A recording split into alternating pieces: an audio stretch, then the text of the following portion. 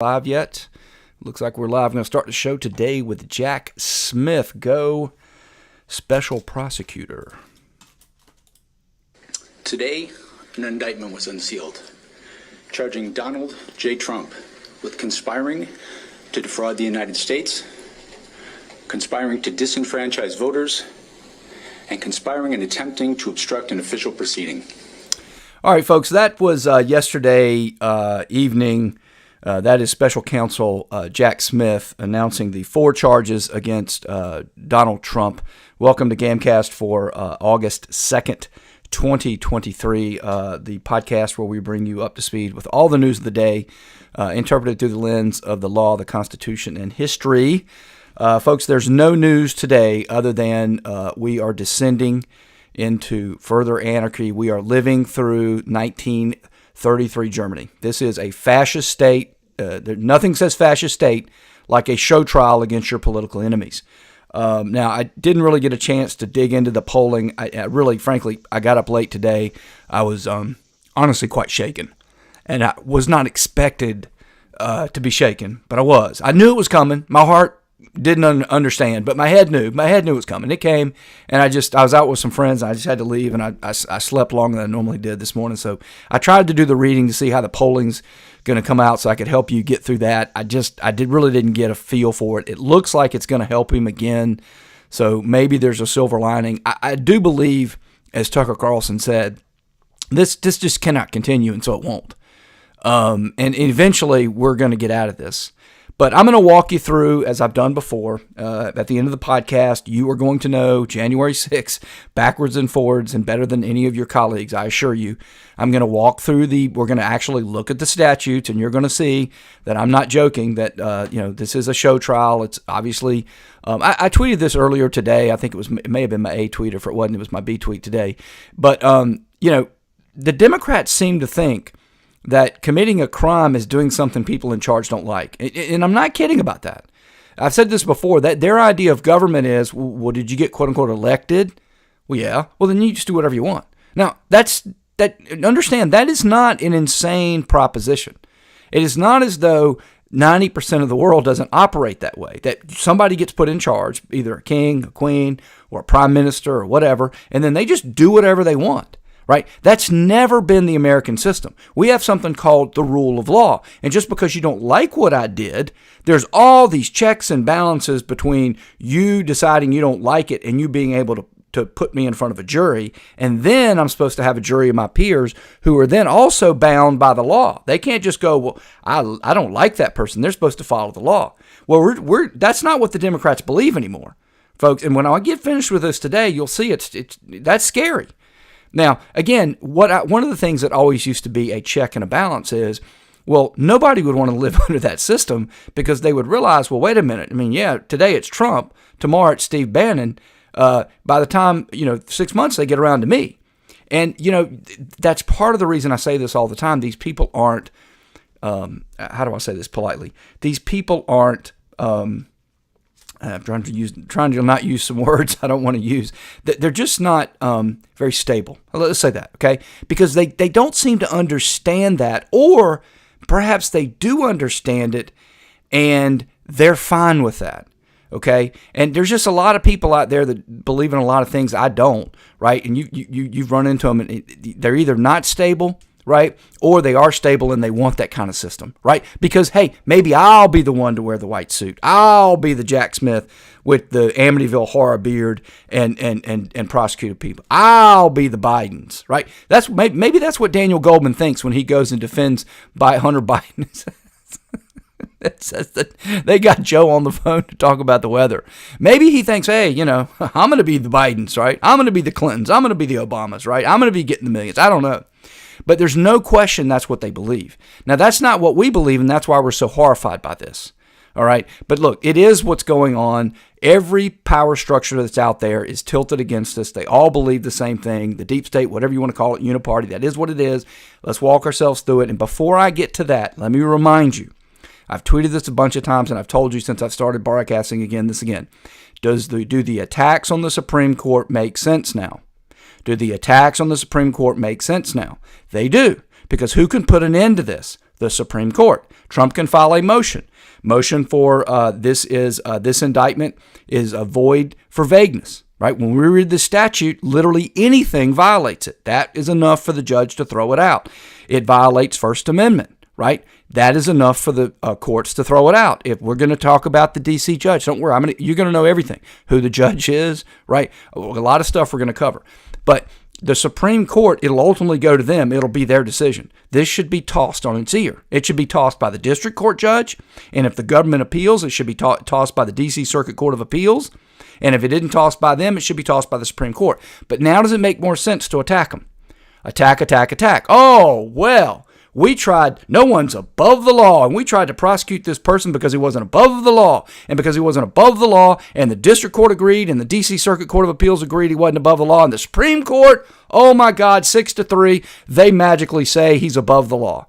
Right? And they'll say the corruption, and they'll say it's a terrible branch of government. This is all makes sense if you think about it. Let's go back to Jack Smith. Now, folks, I thought about going through the charges.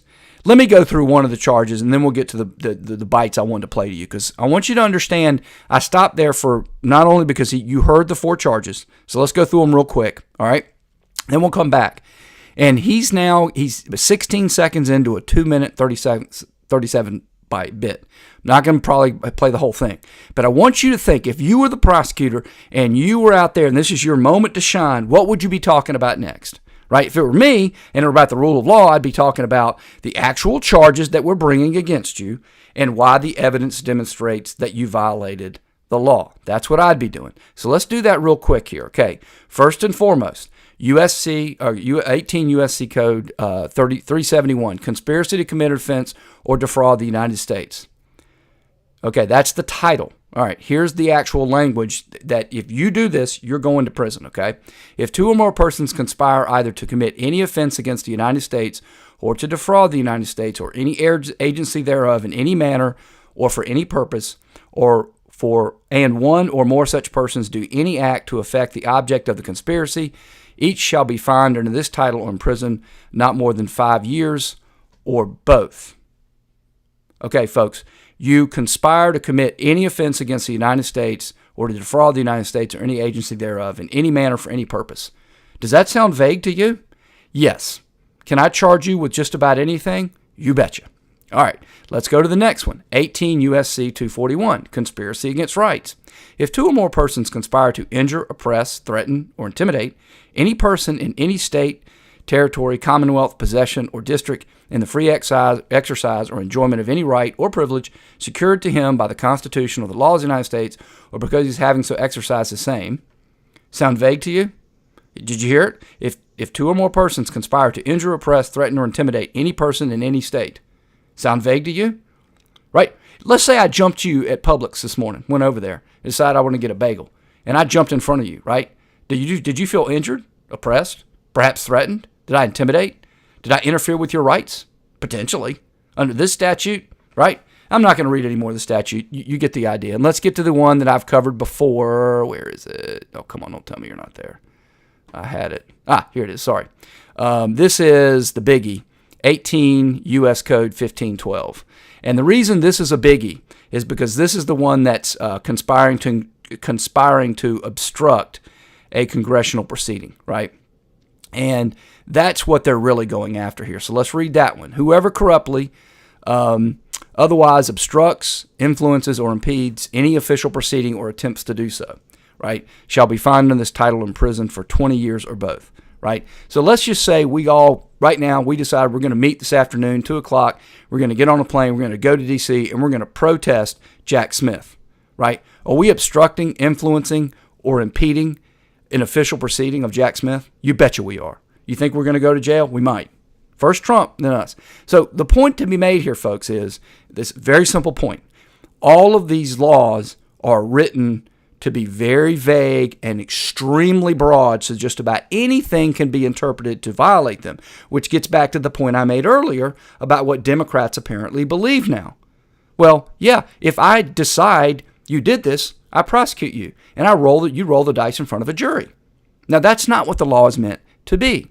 So one of the things that may happen and should happen is that this may backfire against them as to Donald Trump. and as to Americans. I honestly, and I'm not kidding, folks, I'm a lawyer, trained lawyer, been practicing law for, almost 26 years now, okay? And I tell you right now, I never read these statutes. I didn't know what they were. I mean, I assumed there were statutes. I never in a million years would have thought they'd be this flipping vague, right? And I know why they did this.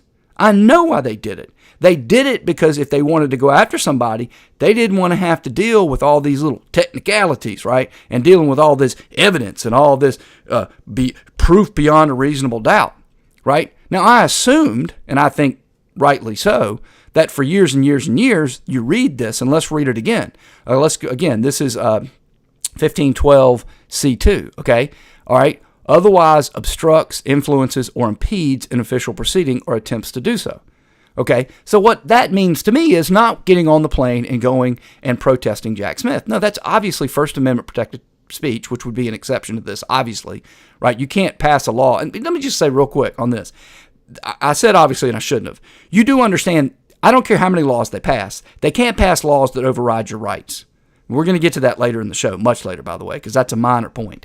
But you do understand that. Now, Democrats don't understand that, or they act like they don't. I'm not sure which. But you absolutely cannot do that. So if they passed a law and it wasn't void for vagueness or overly broad as this is, but let's assume it wasn't. Let's say it was very specific and it laid out things you did, right?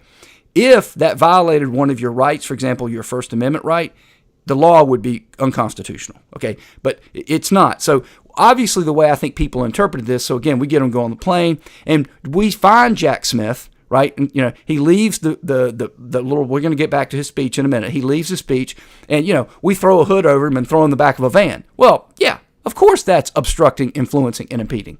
But that's what it's always meant to be. Let's say we paid him off. That would be that. So I understand why it's written this way, but now you see the dangers of writing it that way. I think it was John Adams said that this government was set up for a moral people and it was wholly inadequate for any other. And that's why. Because when people have power, and this government you have power, we assume we have moral people. One of the articles I wrote when I was on hiatus from the podcast was about the incompetence of the Biden administration. Shouldn't surprise you. And the idea I was writing about at that time was these people are selected on immutable characteristics like race and gender and who they like to have sex with. And obviously, if that's how you're selecting people, you're probably not going to get the competent people. Certainly not going to get the most competent. Forget about that. But you might not even get competent people. And the reason for that, you have to go and do a lot of reading. And so The Road to Serfdom, Hayek's great book that I highly recommend if you want to understand politics, is the problem is that the type of people that come forward. It's not that you're not just selecting the best people, but when you start saying, well, I'm going to pick the person because of who they have sex with, right? That encourages the worst people to go out there and get the power, right? Anyway, I digress. So we've already debunked that all of these charges are nonsense. I could charge anyone with this. I could literally charge 300 million people with this, but I'm Jack Smith, and I'm a Democrat, and he is a Democrat, folks. It's been proven. None of this, he's independent garbage. He's not independent, which is, again, fine. I don't care who you are. I don't care if you're Democrat, Libertarian, Republican, anarchist, communist, whatever. You can be registered any way you want. Just follow the flicking Constitution. We got no problem here, right? But they're not doing that. So, all right, I made the point. Anybody can be charged with this. He's decided, I don't like what Trump did, so let's hear a little bit more from him. And again, you're going to be horrified. This is his moment to speak, and this is what he speaks about. This is right after he's announced the 4 charges. The indictment was issued by a grand jury of citizens here in the District of Columbia, and it sets forth the crimes charged in detail. All right, folks, I'm not going to blame the D.C. jury. They are what they are. Grand juries indict. That's what they do. That's their function, right? Rattlesnakes attack rats. That's what they do. It's not the grand jury's fault. The grand jury is not meant to be a check. Now, constitutionally, it was meant to be a check, but it's not a check anymore, okay? And it's unfortunate. If we had a rational constitutional society, we would be working on that, going, hey, we got to reestablish the check of the grand jury, but they're not. But I don't blame the grand jury here. I'll talk about that a little bit later, but let him continue. I encourage everyone to read it in full. You're going to hear a heap and helping of that today, folks. And I haven't read it yet. Okay, I haven't. I'll get to it this afternoon. It's already dropped, so I'm going to be able to listen to it. I'll probably listen to it twice. But I will read it. I have skimmed it. I have not read it. But again, I don't care what the indictment said. And again, that's just stupid. Yeah, read the Great American Male's report about the greatest football franchise ever. You have any idea who it's going to be? I think you do. The attack on our nation's capital on January 6th, 2021 was an unprecedented assault on the seat of American democracy. All right. Okay, well now the attack on the Capitol. Now, you told me the 4 charges. I heard something about interfering with rights and obstructing a proceeding. Now you're talking about an attack on the Capitol. This is kind of weird. This kind of, to me, sounds like incitement and the riot. But anyway, let him continue. In the indictment, it was fueled by lies. Lies by the defendant, targeted at obstructing a bedrock function of the U.S. government, the nation's process of collecting, counting, and certifying the results of the presidential election. The men and women of law enforcement who defended the U.S. Capitol on January 6th are heroes. Again, so folks, I wanted you to hear that. Now, I'm not going to listen to the rest of it because he goes on like that for about another minute. That's garbage. They've been running that crap up the flagpole since January 6th. Everybody in the fog of war early on, I understand, might have thought that this was some sort of coup, and there's not been one weapon showed. The only person that lost their life was Ashley Babbitt. Okay, there's not been any weapons shown. You cannot conduct a coup, right, with a helmet and zip ties.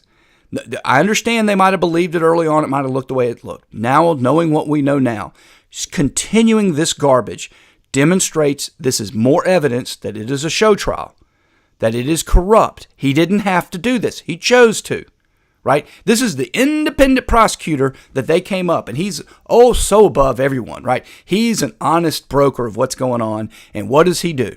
He gets his moment in the sun. He should be sticking to the facts. He should be sticking to the law. And now he's talking about January 6th like people talked about it a couple of days later. Not to mention the fact that we know that Nancy Pelosi had a lot to do. Not to mention the fact that we've got Christopher. Think about all the things we now know.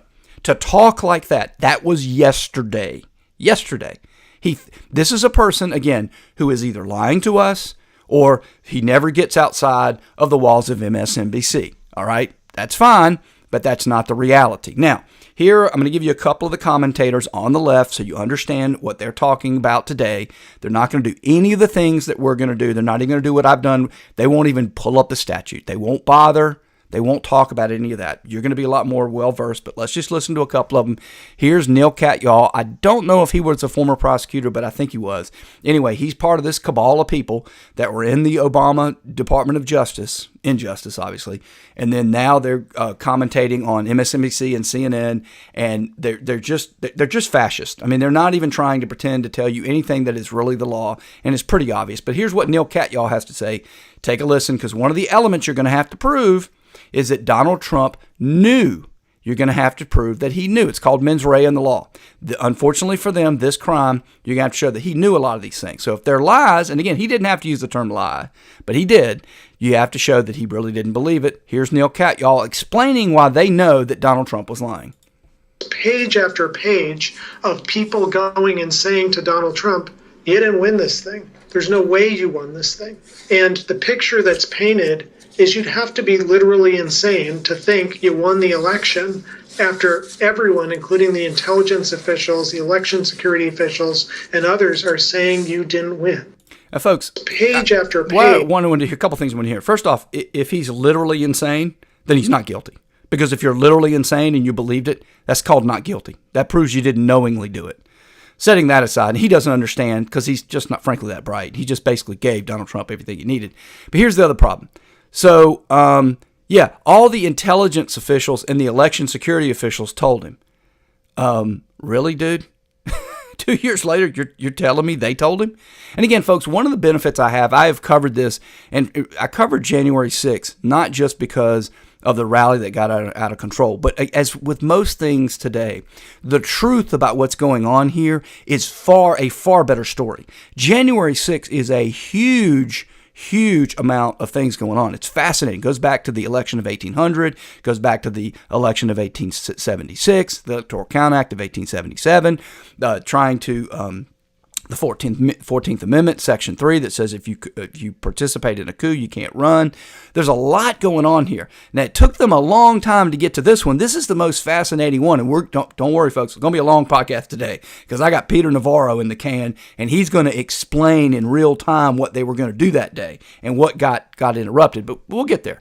But I want you to understand, okay, to him, if you don't believe the deep state, right, you're insane.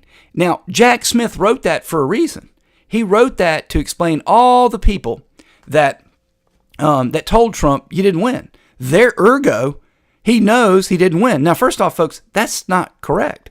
I have zero doubt, as I sit here today, none, that Trump honestly believes he won the 2020 election. I believe he believes it. Now, do I know with 100% certainty that it was rigged? No.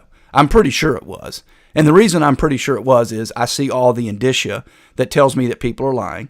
Number two, it's never been audited. All you got to do is go to a couple jurisdictions and just audit the freaking thing. Just audit. Go get Fulton County, every single ballot, get the voting list, boom, go right down the list. And prove to me that every single solitary one of those signature match the whole bit.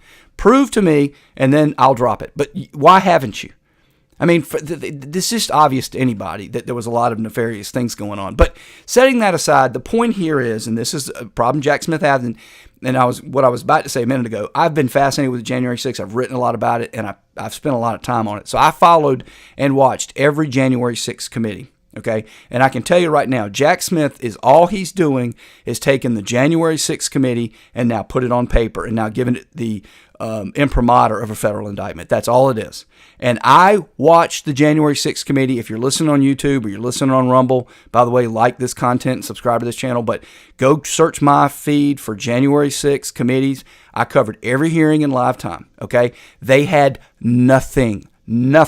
They did the same crap here. Well, how do we know that Trump he lost the election? Well, Donahue told him he lost. Bill Barr told him he didn't find any fraud. So what? I mean, we're talking about Trump for crying out loud. It's not like Reagan or something. I mean, so what? It doesn't prove. All you've proven by that is that, hey, people told me that I didn't. Okay, I still don't believe them, right? But this goes to show you, folks, and this is a lot of confession through projection here, right? This is the government they want. I've said this before. A lot of what's going on here is an entire attack on Article 2. We elect the President of the United States. They don't believe that. They simply do not. No, you don't.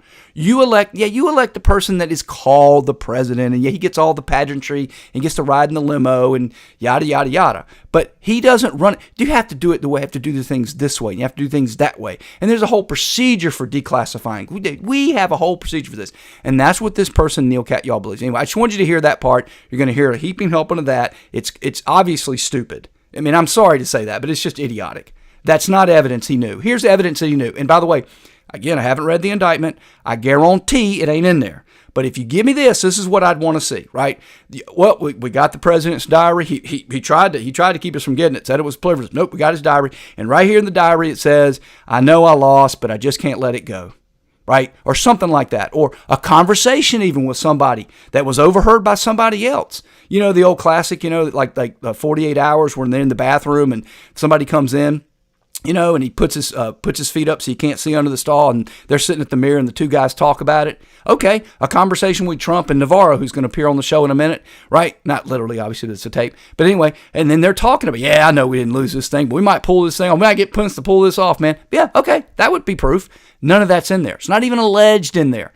This is again, to me, folks, this is when your heart sinks. When you're the judge and you're sitting there and you're going, okay, what you got, Smith? Okay, how can you prove that the defendant knowingly didn't believe he won the election? You need to prove that to even go forward. Well, all these intelligence officials told him he lost, sir. Tell me you have more than that, because I'm going to throw this case out. That's not enough, right? No jury could find beyond a reasonable doubt with what you're telling me. You got to have some evidence. I have none, sir. That's what I have. A bunch of intelligence officials. Case dismissed. That's the way this should work. But not to Neil Gott, y'all. He just told you to your face. Oh, no. That's not how it works. If I get intelligence officials to say they told you, what? We'll just see what the jury says. You're going to hear a lot of that, too, by the way. The jury system is not a lottery, right? The rule of law does not allow somebody to charge me with something and then go, well, we'll see what the jury says. That's not the way any of this works. We're supposed to have checks and balances. You shouldn't be charged. The judge is supposed to look at it. You're supposed to have credible evidence of every element. And I can tell you they have no evidence of Trump's intent. So here's Ari Melber. We're going to get to him with Peter Navarro later, but I just, again, want you to understand what the people on the other side are saying and thinking, and he lets another cat out of the bag. Not that there's anything wrong with cats, but here we go. When I look at this tonight, I see that Donald Trump, who is running for president and who is legally presumed innocent, he's trying to get back into the Oval Office. Tonight, this indictment makes it a lot more likely that he would be headed, if convicted, to a rectangular cage. Okay, ha ha ha, rectangular cage. This looks like this indictment. Okay, folks, there's nothing in the indictment that's new. I guarantee it. This is the same crap. We've been seeing this since the January 6th committee was put together. It's been garbage then. It's garbage now. All right, but what is Ari Melber telling you there, right? What is he really telling you? One, there's a lot of Schadenfreude. That's the German word for getting enjoyment from the suffering of others. He loves the suffering. Right, and he's going to go to jail. Looks more and more like that he's going to go to jail. This makes him happy, right? And then he slipped in there, and we're going to listen to Rachel Maddow, and then I'm going to start getting to the meat on the bones here. But he's innocent until right. This high and mighty garbage, as if you're following the process. This is the part that really is galling. Okay, it's a show trial. We all know it's a show trial. You got the gun. I'm the hostage. I get it. I'm not going to try to rush you. We're all good here. Just let me eat, go to the bathroom when I need to, do your thing. You don't need to act high and mighty on top of it, right? And they all know what's going to happen to a D.C. jury. He's going to be found guilty. In Florida, he's got a shot because there are people there that aren't crazy. D.C. needs to be eliminated as a jurisdiction to bring charges. It is not a state. I don't want to get into that because it's beyond that. Anyway, let's listen to Rachel Maddow, some similar nonsense. Take a listen. He is, of course, innocent until proven guilty, and he will and should mount a robust defense against these charges, and he should be acquitted if he didn't do what he is accused of. All right, see, there you go. Got to throw that out there. Yeah, Rachel, that's assuming the whole system is not rigged, right? When the whole system is rigged, we don't need to have that. And she just looks in the camera and gives you that. And that's just the cherry on top for them. They love rubbing your face in that. Oh, it was a grand jury, not Jack Smith that did it. Folks, this is what show trials are, right? And again, that's why the whole system is rigged. Remember we went through the charges and how the language is vague? Notice how the foreperson can sit there and go, well, I mean, he did technically, right? I mean, let's go back to it right here. Well, I mean, he did obstruct. I mean, Pence was there, and next thing you know, the zips, and they had to retire for 4 hours. I mean, that sounds like obstruction to me. It was impeded. It was impeded. I mean, in fact, beyond a reasonable doubt, it was impeded. Right? I mean, give me a break. This isn't set up. And the fact that they say that is a joke. But anyway, then she gets to what's really going on. And never forget something I told you, I think it was last week. All this stuff is content creation. Now, I don't think they realize that the content that they're creating is elevating Trump in the polls. And there's a lot of noise out there. I don't know that where there's smoke, there's fire. And I don't know that we've hunted it down to the extent we need to. But there appears to be a lot of evidence that Trump is picking up a lot of the black vote out of this. And I think it is a combination of the Hunter Biden is getting off for something that we wouldn't get off for, and they're going after Trump and using the legal system. It's like the old joke people used to tell back in the day that Clinton was the first black president. All his friends are going to jail. He goes and gives you 100, and people look at it twice before they accept it. I mean, it's a little bit of that going on. I don't know if that's true, but I do think these people don't know what they're doing. I mean, they're clueless, completely clueless.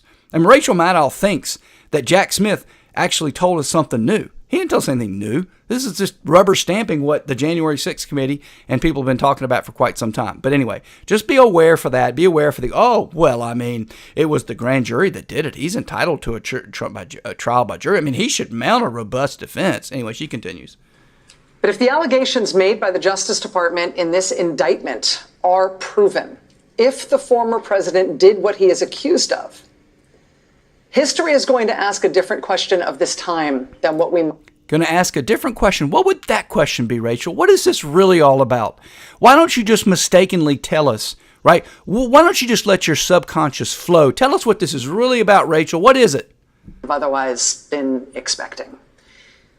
If the allegations in this indictment are proven beyond a reasonable doubt and a jury convicts him of these crimes, history is not going to ask, wow, how did America get to the point where they indicted a former president? History instead is going to ask, how did America get to the point where such a person could be elected to the presidency of the United States. Boom. That's it right there. Boom. That's what it is. They don't like the fact that he won in 2016. Boom.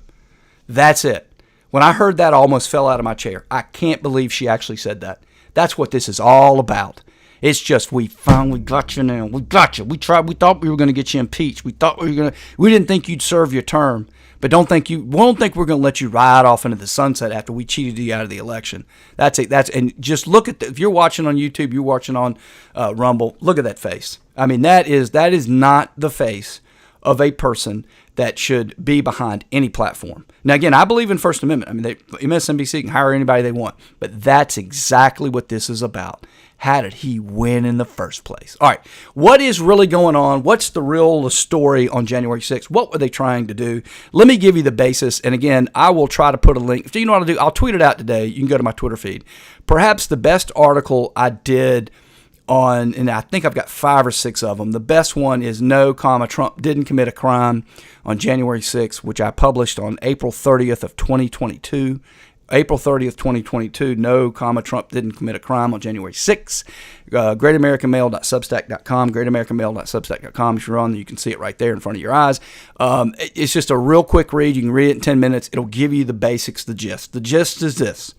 If you get enough votes, you go to the electoral count, they open up the votes, they start in alphabetical order, first person to 270 wins. If nobody gets to 270 and you're not finished by January 20th, it goes to the House. What happens if it's in the House?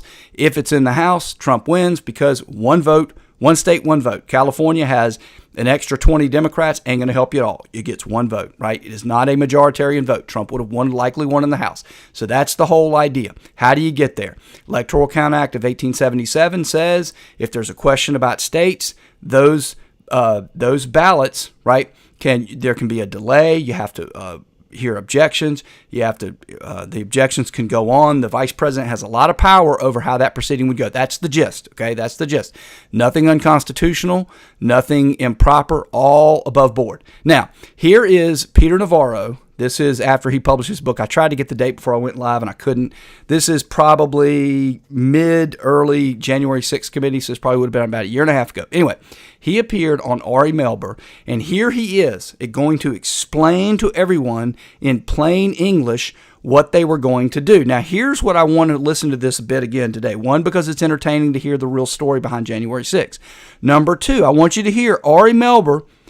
At this time, we didn't need an investigation. We didn't need the January 6th committee. We didn't need anything.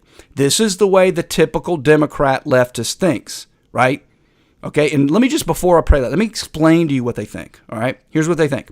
When the Associated Press calls the election for a Democrat, that's it, okay?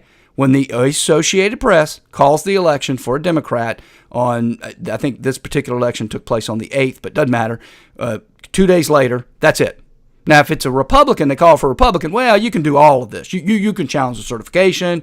You can go to which, by the way, every Republican that's been elected, there has been a challenge at the certification, right? Since 1960, okay?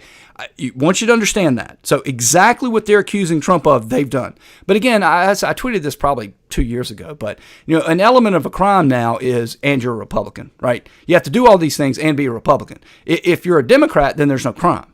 Right, so that's what Ari Melber believes, and I'm not joking about that. But anyway, let's hear a little bit of the exchange here, and he's going to. Again, if Ari Melber would just get out of the way, this would have been a much more entertaining bit. But anyway, here he is interviewing Peter Navarro. Peter Navarro, along with John Eastman and some other folks, were the architects of the challenge of Biden's certification on January 6th. Okay, Is our guest tonight, and his new book, In Trump Time, is out now. Thanks for being here. All right, great to be with you. I guess I am the trade guy, but tonight I think I'm the January 6th guy. The In Trump Time book shows unequivocally that both Stephen K. Bannon and President Trump should be exonerated. Any violence on Capitol Hill on January 6th. And what I show in the In Trump Time book. All right, now I want you to understand what's going on here. This is again, I couldn't get the precise date, but I think it's probably 6 months or so after January 6th. So we're talking July, August of 2021. All right. And at that point, most of us, when we thought January 6th, we thought the quote unquote violence, whether it's a false flag or it was a rally that got out of control, whatever it is. That's what we thought. We thought that January 6th. It was around this time that I was starting to realize that January 6th was about a lot more than that, right, for them. And he's going to explain what it was really about. But his point here is the last person that wanted violence on January 6th was Donald Trump. Why? Because he had this whole elaborate plan to challenge Biden's certification. And we all know this is fact. This isn't opinion. This is fact.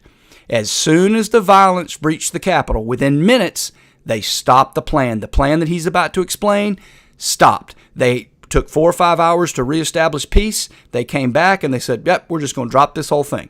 So Trump obviously didn't want that, right? And that's what the point he's trying to make here. He continues.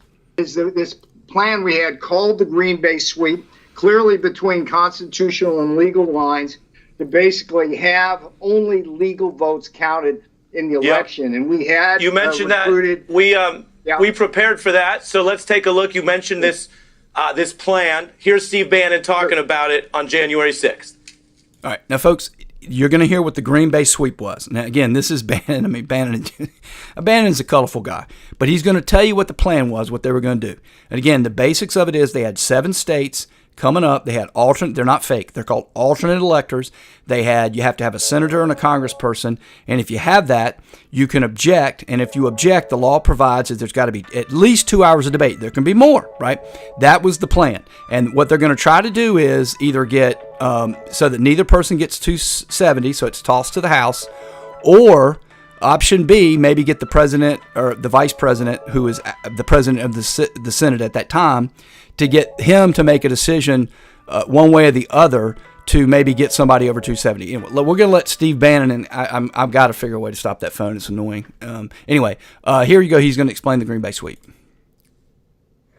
So I keep saying the mantra, you call the play, now run the play, right? It's like the old Green Bay power sweep. It's very simple, just one thing leads to another, very logical, and the victories are firm. All right. Let me cut that. That ad will stop in a minute. Oh, come on. In your own words, what was the plan and who was in on it besides you, Bannon, and Trump? Sure. Right. Now he's going to explain the plan. All right, I'm going to let this go, and he's going to explain what I've already explained to you, but you can't hear it too many times. This is the basics. Story is, while I was in the administration after the election, beginning on Thanksgiving, I produced what would be an exhaustive 3-volume report. I went over tens of thousands of pages of documents and proved that the election was in all likelihood stolen through fraud and election irregularities. That's the background. On January 6th, the Green Bay Sweep plan. That's false, but the question for the start of the interview. Yes, it is fine. But that's okay. Again, he's interrupting, and we're gonna have to stop it. But and I've read this memo. Okay, you can get it online, and in fact, if you go through the January 6th article, I think it's in the one I quoted to you, but it's not. If you search my feed, you'll find a bunch of others, and it's in one of those. You can actually pull it up, and he basically details a bunch of issues with the states, and you have to understand that at this point we're talking, we're talking November 2020, early December 2020. At this point, the courts have basically told you no standing, no standing, no standing. This is an important point because at this point, the courts have already told you we can't help you. And the Democrats try to create this impression. The courts went in and that's preposterous. Where's your evidence? Right? Well, I don't have the evidence because you won't give me the ballots. Well, no, you got to have the evidence before I can give you the ballots. Well, if I can't look at the ballots, how do I get the evidence? You play this circular game. But the overriding point is, of those 65 cases, almost all were tossed on technical grounds, which means you don't even get to see anything. All right. So one would logically think, well, I guess what I do is I raise these irregularities in front of the certification there, which again has historical precedent in the election of 1876. That's precisely what was done. Question for the start of the interview. Again, that's false. So again, back then I would have already been cut on YouTube. Apparently, I don't think they're going to cut me today. At least they have been so far, but we shall see. I'll still be on Twitter. Don't worry if they don't. And for those of you on Rumble, you have to worry about it. And those of you on the podcast, you don't have to worry at all because that never happened. But I would have been cut for this, and I was cut a couple of times for talking about that. But that's his memo. And he says, and now Ari, again, this is at the point where they just had to interrupt, and that's false. How the flip does he know it's false mid-2021? He doesn't know. Has he looked at every single ballot? I just want to make sure here that we're kind of going by rules of the road. The question is, and you'll get time to talk. You got to say that, and what I'm saying is that I don't have to say anything, sir. I'm asking you. The question is, what was the plan itself, and who was in on it?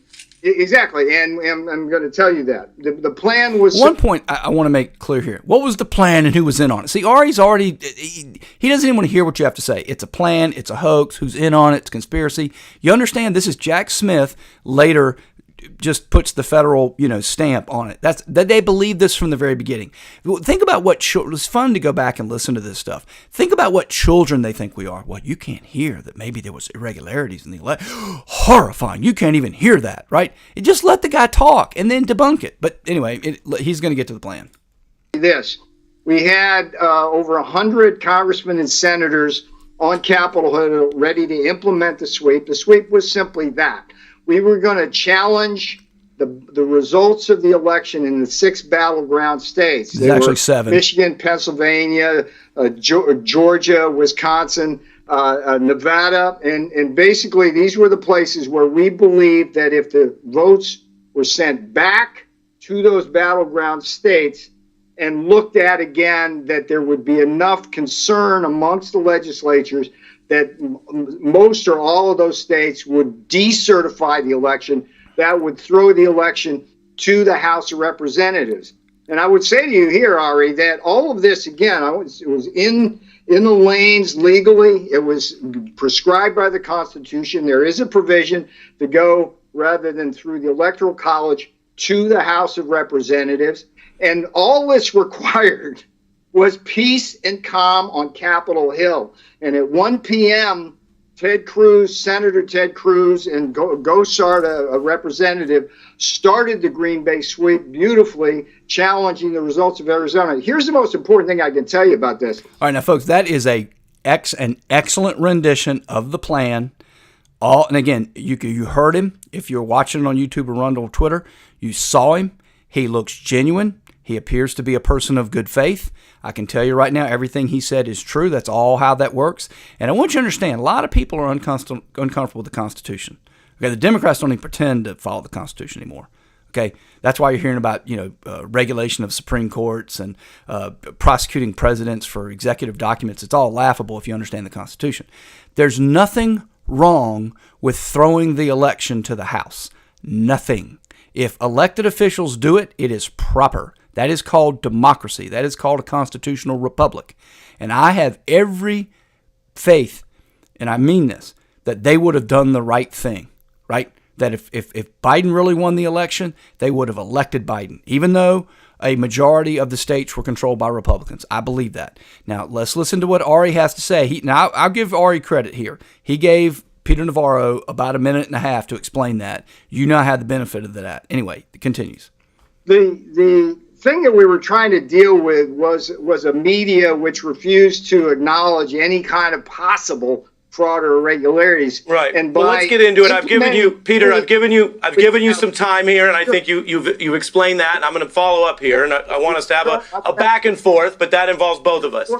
You just described a way. Yeah, you just described this plan as a way to take an election where the outcome was established by independent secretaries of state, by the voters of those states, and legal remedies have been exhausted with the Supreme Court never even taking, let alone siding with, any of the claims that you just referred to. So legally, they went nowhere. And then you're describing a way that the incumbent, hold on, you will get your turn. I just let you go for a while. Let's go this back and forth, sir. Then you will use the incumbent losing party's power, that was the Republican Party that was losing power, to overtake and reverse that outcome. Do you realize you are describing a coup? Now, folks, I wanted you to hear that. I gave him, he laid it out. Folks, what he just said is a coup. is literally following the law. They were following the law. And it wasn't the Republican administration that was leading. Remember, you got to have a senator. They had Ted Cruz, right? They had to have Congress people. They had 137, right? So that is a lie from the beginning. But I want you to understand, and I remember when I've covered this a couple times. That's why I knew where to find it, right? And it's in one of my videos before on this January 6th nonsense. Ari Melber just called following the flipping law a coup, right? What they were doing that day was a coup. Now, if Jack Smith had the guts, and he doesn't, they're not that crazy yet, they could indict Ted Cruz and the other 7 senators. They could indict the 137 Congress people for where Trump is being indicted yesterday. They could have been indicted, right? And believe me, I should have mentioned this earlier, but he's indicted like 6 or 7 other people. He hasn't identified them yet, but there's another 7 people that are going down in those 4 counts. But all of them can be indicted. But that was the key point I wanted you to hear there. To Ari Melber, again, I told you earlier, when the AP calls it, that's it. That's it. Okay, Ari, if that's it, then why the frick do we have January 6th? Why do they carry that magic box, and why do they open it? Why does the vice president preside over the Senate and do that? Why do we do that? Well, it's just ceremonial. It's ceremonial. There's no real power there. It's just, it's like a seance. You get there and you do it. And I mean, really? I mean, folks, that's why I was not surprised by Jack Smith, because I saw this was 2 years ago. He's saying this crap. Let's see if there's anything more interesting. I think they just disagree back and forth. But I want you to hear that. Following the law is a coup. It's a coup. Now, again, if this were a Democrat that had been defeated and a Republican, well, that would mean he'd be fine with it then. No, I totally reject many of your premises there. First of all, the election was still in doubt and would be until it was certified. Second, correct. Absolutely correct. That secretaries of state, particularly in Michigan and Pennsylvania, were like innocent parties. I mean, Jocelyn Benson. All right, they're going to get into deep in the woods. So a couple things here. What Peter Navarro just said is absolute fact. And you need to understand this, folks. The president of the United States is not, quote unquote, elected until the Electoral College votes are counted. That's the Constitution. Now, the Democrats are attacking the Constitution every which way they can. And one of the ways they're doing it, and I caught this back then, I caught it now, they don't think that's real. And they're trying to teach you it's not. It is real. It has happened. Again, election of 1876, the best example I can give you. The House has elected the president before. And there were 3 states, I believe it was Florida, South Carolina, and Louisiana. Don't quote me on that. They sent 2 slates. Do you think the legislature gave 2 slates? No. One of the slates that was created by the alternate party. I don't want to get into the election of 1876, but it had to do with the fact that you still had southern states, right, were literally controlled by Republicans. They had military troops sitting right there. And the Democrats were starting to get power again, and they were starting to get the ability to vote.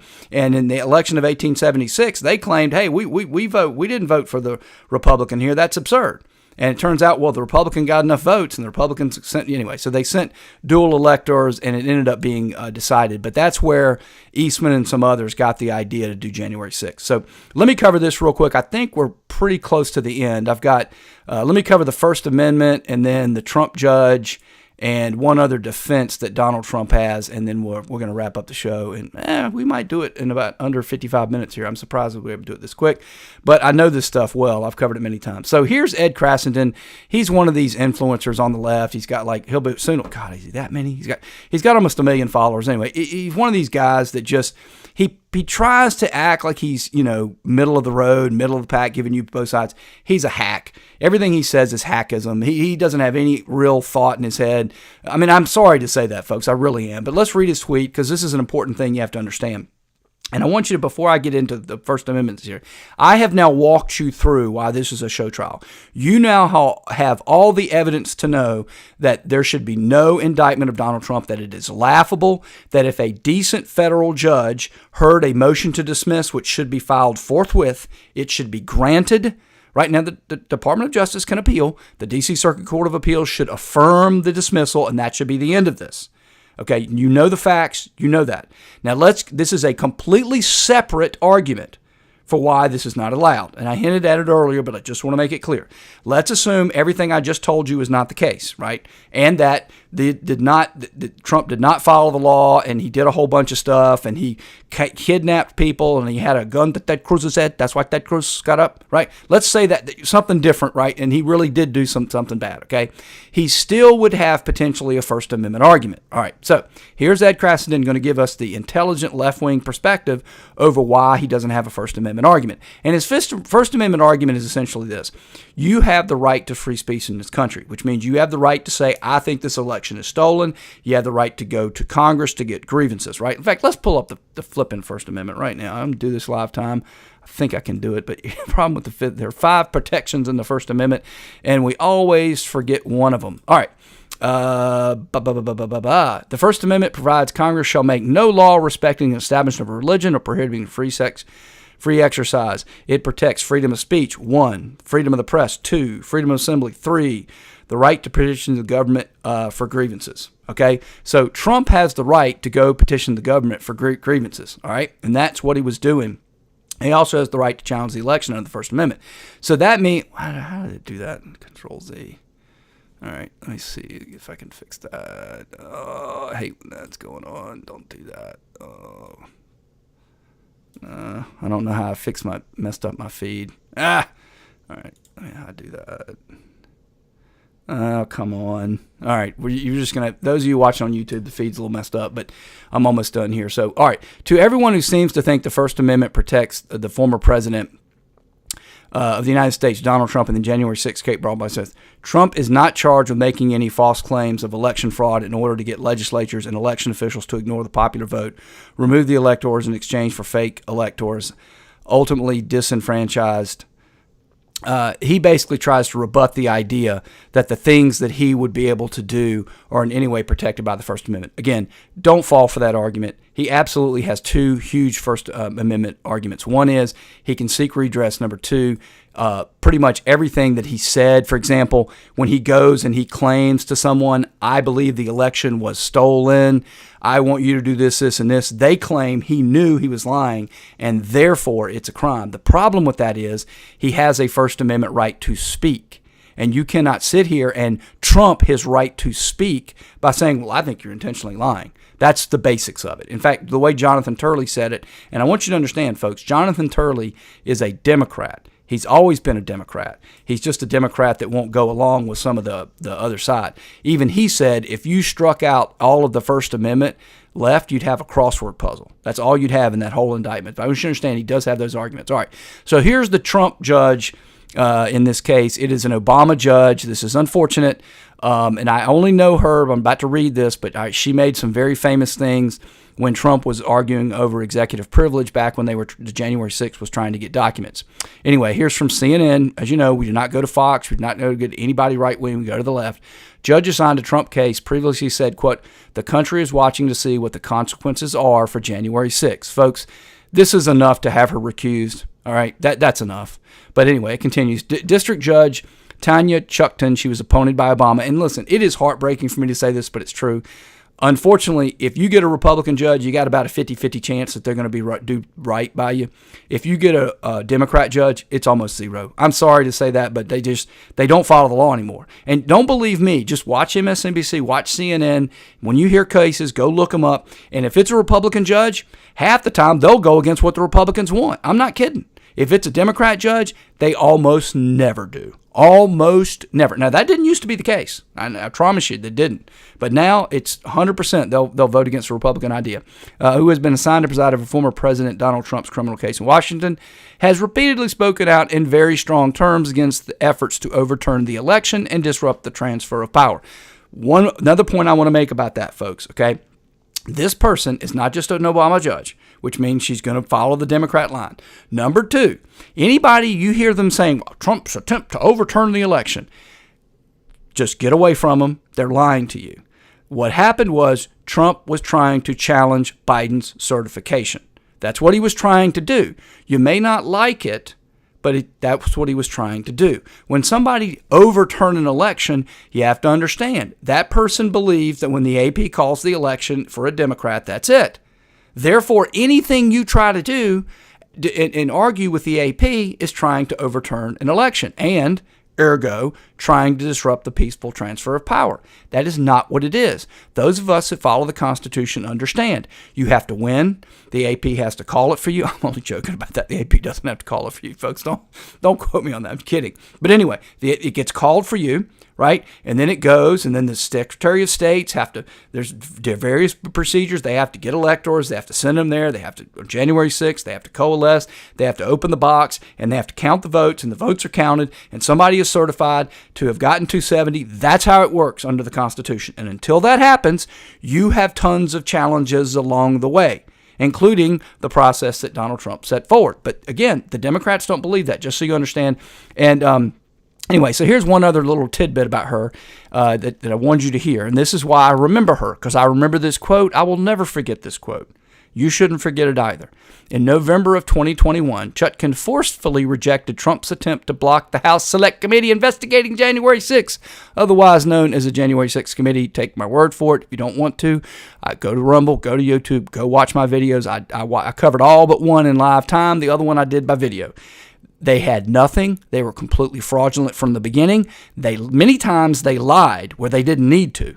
Okay, they had nothing. Anyway, at one point they issued subpoena. Everybody on planet Earth's got a subpoena. At one point, Trump argued two things. He said, one, you can't have these documents because of executive privilege, and he is absolutely right. Okay, now, does the executive privilege extend to everything? No, but it extends to a lot.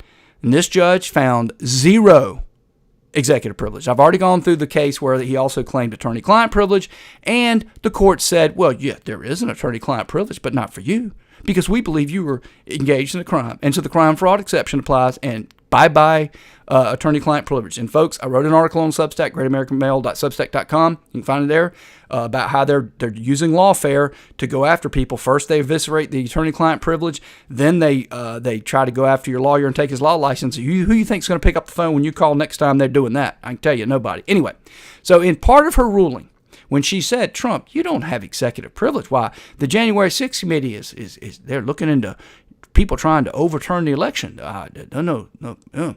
Here's what she had to say. Presidents are not kings, and the plaintiff is not president. Now, folks, all of us laughed at the latter, and we were horrified by the former. Presidents are not kings. No one said they were, Ms. Chutkan. No one said they were. But that's not the question here. The question is, does presidential privilege exist? And the plaintiff is not the president. Here's why we were... we didn't like the latter, okay? Because that was when the Democrats, again, they're completely rewriting the Constitution. They believe, the privilege of the president, that resides with the current president. Well, you don't have to be a genius to figure out if the current president could waive the prior president's executive privilege. Well, you ain't got no executive privilege. Exactamundo. Of course, that's what they believe. Nobody with any common sense. Obviously, the privilege resides with the president who was in at the time. But this is all these chickens are coming home to roost. Anyway, just wanted you to know there, folks, that Trump is not likely to have a fair judge, and a motion to dismiss that should be granted the moment it is filed probably will not be in all eventuality. All right, last thing I want to do, and then we'll wrap up the show. All right, well, it'll be just about an hour, but listen, this is important stuff. You need to know it. And somebody tells me that YouTube gives you a little boost if you go over an hour, so I guess it didn't hurt my feelings. I don't know if that's true or not. Anyway, so this is Joel Pollack. Trump cannot be tried for January 6th under the Jeopardy Clause. Now, they're not talking about the Fifth Amendment Jeopardy Clause. There is an argument, and it is a good one. I actually subscribe to it. Now, you know me. I believe in being fair, and I believe in being honest. It is more controversial than some of the things that I tell you about. So this is not... They're reasonable. I think reasonable minds can differ on what I'm about to tell you. But the argument is this. The argument is the founders wanted the president to only be tried for crimes that he committed supposedly while president if he is first impeached. Now, I subscribe to the theory. And the reason I subscribe to the theory is if you allow otherwise... Right? Everybody agrees you can't lock up the president while he's president. Everybody agrees while he's president, if he's breaking the law, if he's out there on I-85 just with a pistol, right? You can't, I'm sorry, you got to impeach him first. You do. Nobody disagrees with that. Okay. Here's what people do disagree with, right? Is whether or not he's no longer the president where there has to be first be impeached to ever be charged for crimes. Okay, that's the problem here. And so I agree that you have to first impeach him, because otherwise what's going to happen is people are just going to enter around when he's no longer the president and go after him. But let's a little bit about this from let him tell it. So Special Counsel Jack Smith accused former President Donald Trump of causing the January 6th Capitol riot through his, quote, lies about the 2020 election. To that end, he indicted Trump on Tuesday on 4 federal counts, one of which carries a potential death penalty. But the indictment itself authors nothing new. It reads like the report of the January 6th committee or the second impeachment resolution against Trump. It is barred, therefore, by the Constitution's double jeopardy clause. His point here is this, and I agree with it.